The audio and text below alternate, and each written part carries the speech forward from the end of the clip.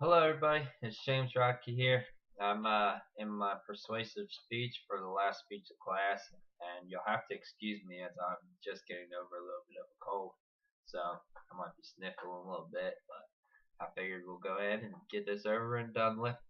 Um, my persuasive speech will be about the control of guns and concealment permits. I am personally a carry license holder, and I carry pretty much everywhere I go. And it's just something that I believe that everybody should be able to have the right to, and no state should actually be able to not let you carry your own personal protection. Um, I believe that having personal protection is something that is of very important in today's world. There is a lot of crime going on, and it is not going to stop. Criminals can get their weapons anywhere, as us actually legal carry gun owners have to actually go through a system and background checks and everything to receive our permits and our concealment carry licenses. Um, I've gone through a couple classes, and being in the military, I've actually done quite a bit of work with holding a handgun, shooting a handgun, and actually knowing the proper time when to use it. So, with that being said, I think that we will jump into the issue, and I will try to tell you that having your concealed carry license is not only important, but that you should definitely think about it and actually give it a long, hard thought. There are many cases in which an instance could have been stopped if there was a civilian with a carry permit that actually knew what he was doing or she was doing, could have stopped the situation. All these mass school shootings could have been stopped by a good person carrying a gun? Possibly. Have they might have injured somebody? Maybe. We don't know unless actually somebody takes a stand and goes forth and actually does something with it. I believe that if you are trained properly and you know how to use the gun, that then there should be no issue as to why anybody would not carry a handgun. Some people are scared of guns, I understand that, and this is not for them. This is for the people that believe that actually concealing and carrying a gun and using it for the right purpose is legitimate. Um, I have been in the military for over 11 years. I have carried a handgun ever since I have joined the military at the age of 18. I have either had it in my car or on my person. Um, it is something that I've always done. My dad does it, my sister does it, my family does it. Well, I feel that my family is very protected, and you will never see us use our weapons in any kind of way that is to harm anybody except somebody trying to harm ourselves. Um, in my last school class, I actually had to write about an instance where something came good of carrying a handgun or knowing how to operate a weapon. Um, when in Pennsylvania, my sister was at home with me, and I was very young, and somebody broke into our house. Um, when that person broke into our house, they proceeded to come upstairs into the bedroom that me and my sister were hiding because she took us up there. With her knowing how to operate the shotgun that we had in our house, it actually deterred the robbers from doing anything that could have harmed me or my sister. Um, I believe that there's many instances like this out there that people do not know about, and that people do not understand just the click of a gun or the sound or the way the shotgun racks can actually deter something from happening. Um, I have a couple of news reports and a couple of just journals and stuff that actually states what some things were stopped from. On naturalnews.com, they actually have an article that says FBI reports show importance of armed citizens in stopping mass murder sprees. You can go down through this and you can read all about it.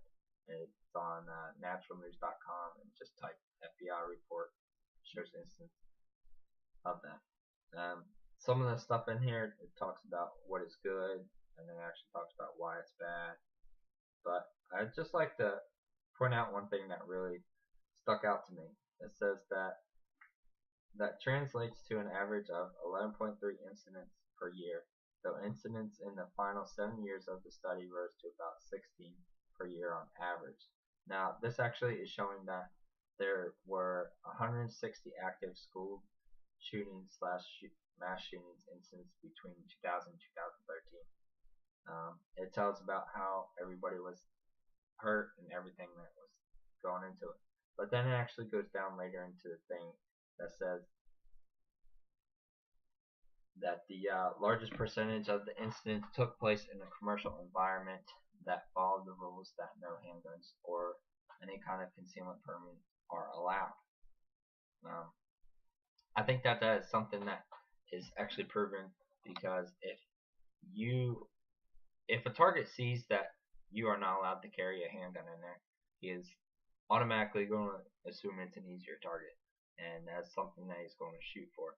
So with 46% of these, over 50% of these shootings happening in places where you're not allowed to carry, I think it shows dramatically what carrying a handgun can do and how it can cut down within 50% or so.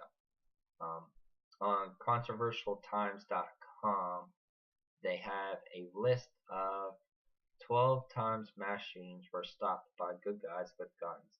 It is by Hunter Roosevelt, and it was written on June 23rd, 2015. Pretty recent article. I don't know if anybody remembers this or not, but the first one that pops up, it says Pearl High School. I'm just pulling this up on my phone right here, and it kind of just tells about, it's in People magazine, and it gives you a little bit of information about what's going on.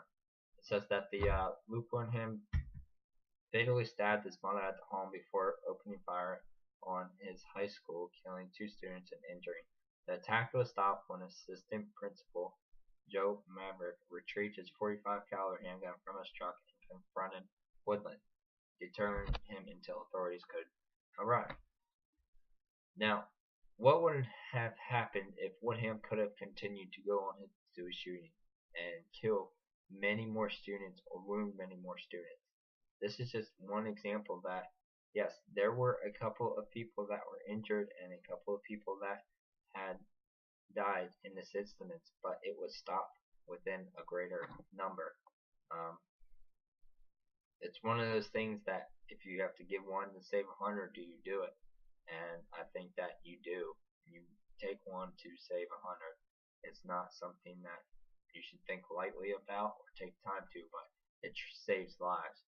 On americasfirstfreedom.org, it talks about armed civilians save police officers. This was written by Frank Minotaur, Thursday, February 18, 2016. This is a very recent article, and it's actually very good in what it goes into detail about. I think that people need to understand that if you do not carry, you are more of a target than somebody that does. Just the sight of a weapon, a handgun, anything can deter a criminal and can actually save your life. Yes, there are other precautions that you can take, but carrying a handgun and having less strict rules about what you can carry and when you can carry it, I think is something that needs to be taken into effect. On YouTube, it says this was posted, and it says arms customers stop armed robbery in Wisconsin. Armed customers, people carrying guns, stopped a robbery in Wisconsin. It's not very old, and there's security footage of it going down. There's more incidents of this happening, and I think that everybody needs to take this into consideration. It's not something that is very light.